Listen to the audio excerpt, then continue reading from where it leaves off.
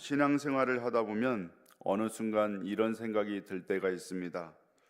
도대체 지금 이 상황에서 어떻게 찬양이 나오지? 문제는 그대로 있고 마음은 무너지고 기도해도 상황은 바뀌지 않는데 입술로 찬양하라는 말이 너무 무겁게 느껴질 때가 있습니다.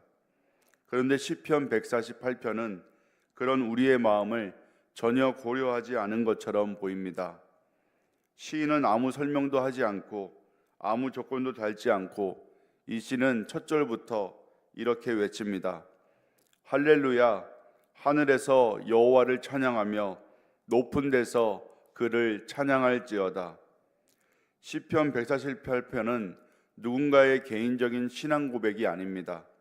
이것은 온 우주를 향해 선포하는 예배의 선언문입니다.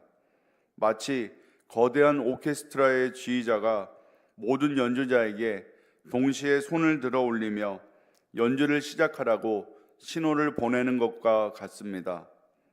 시인은 하늘을 향해 외칩니다.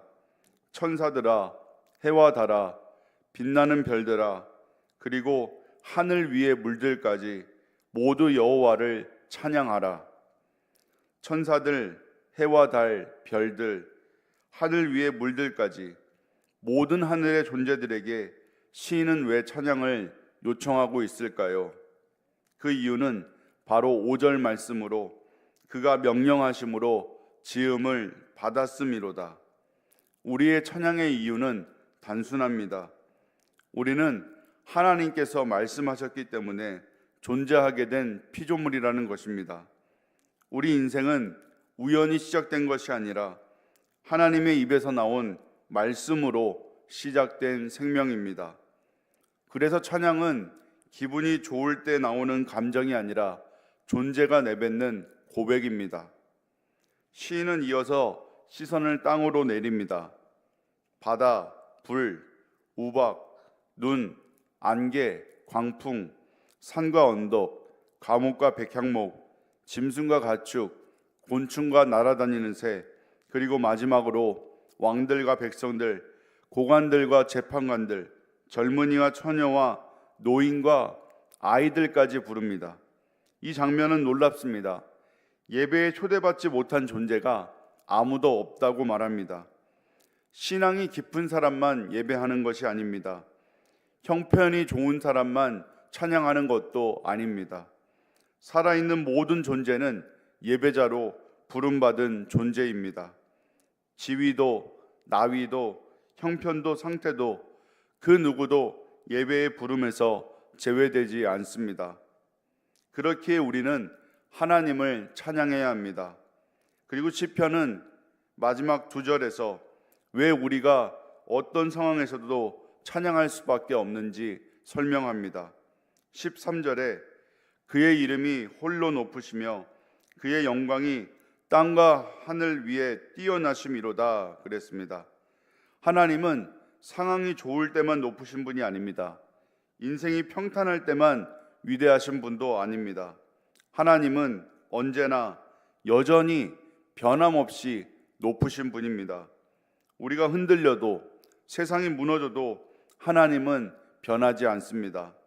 그리고 이어지는 14절은 이렇게 선언합니다. 그가 그의 백성의 뿔을 높이셨으니.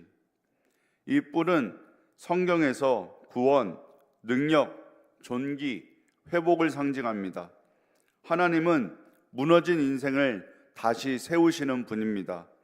상처 입은 영혼을 다시 일으키시는 분입니다. 2차 세계대전 당시 한 나라의 병사들이 전쟁터 한복판에서 시편 148편을 찬양했던 이야기입니다.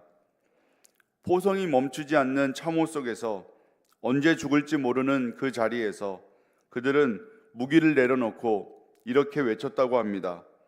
해와 달아 여호와를 찬양하라.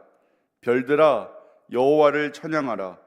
땅의 모든 것들아 여호와를 찬양하라. 상황은 그대로였습니다. 전쟁은 계속되고 있었고 죽음의 공포는 사라지지 않았습니다. 그러나 그들 마음에는 한 가지 확신이 있었습니다. 상황보다 하나님이 더 크시다는 확신. 그래서 누군가 물었습니다. 도대체 어떻게 그 상황에서 찬양할 수 있습니까? 그 병사는 이렇게 대답했습니다. 우리가 찬양해서 살아남은 것이 아닙니다. 하나님이 우리를 살리시고 계셨기 때문에 찬양한 것입니다. 이것이 시편 148편의 믿음입니다. 상황이 바뀌어서 찬양한 것이 아니라 하나님이 여전히 하나님이시기 때문에 찬양하는 신앙입니다. 사랑하는 성도 여러분, 우리는 자주 이렇게 말합니다. 형편이 나아지면 찬양하겠습니다. 문제가 해결되면 감사하겠습니다. 그러나 성경은 말합니다. 찬양은 상황을 먼저 바꾸지 않습니다. 찬양은 사람을 먼저 바꿉니다. 눈을 바꾸고 마음을 바꾸고 인생을 다시 세웁니다. 그래서 찬양은 신앙의 마지막 단계가 아니라 신앙의 출발점입니다. 먼저 찬양하는 사람이 다시 살아납니다. 먼저 찬양하는 사람이 무너진 마음에서 일어납니다. 먼저 찬양하는 사람이 다시 하나님을 붙듭니다. 사랑하는 성도 여러분, 혹시 지금 여러분의 삶이 전쟁터와 같습니까? 마음이 무너져 있고 앞이 보이지 않고 기도해도 응답이 없는 것 같습니까? 그럼에도 불구하고 찬양하십시오. 그 찬양이 여러분의 영혼을 다시 세우고 여러분의 믿음을 다시 일으키고 여러분의 인생을 다시 붙들 것입니다. 지금 이 순간에도 해는 찬양하고 있고 별은 찬양하고 있고 바람은 찬양하고 있습니다. 이제 우리가 여호와를 찬양할 때입니다. 어떠한 상황과 순간에도 하나님만을 찬양함으로 나아가는 저와 여러분이 되기를 소망합니다. 기도하겠습니다.